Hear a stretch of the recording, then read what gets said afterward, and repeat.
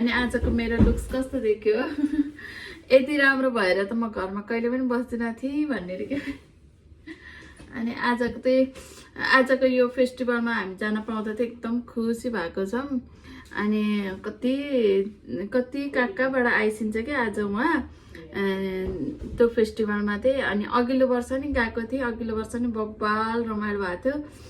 अनि यो वर्ष पनि रमाइलो हुन्छ भन्ने आशा राखेको छु। अनि हजुरहरूलाई चाहिँ म आजको यो फेस्टिभल चाहिँ कस्तो हुन्छ अनि कसरी मनाइन्छ भन्ने कुरा चाहिँ उहाँ फेस्टिभलकै ठाउँमा गएर चाहिँ बताउने छु।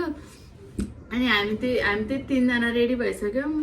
अनि अब हामी बिस्तारै जान्छौँ। हामी त आज बाहिरै खाना खान्छौँ, बाहिरै घुम्छौँ। अनि यो चाहिँ वर्षको एकचोटि मात्र आउँछ नि त नेपाल फेस्टिभल, अरू बेलामा चाहिँ कहिले आउँदैन। अनि त्यही भएर सब ठाउँबाट मान्छेहरू चाहिँ आइसिन्छ। अनि खासमा चाहिँ के अरे शनिबार र आइतबार हो नि त नेपाली फेस्टिभल। तर हामी चाहिँ हिजो शनिबार चाहिँ सबैको काम थियो अनि जान पाएनौँ।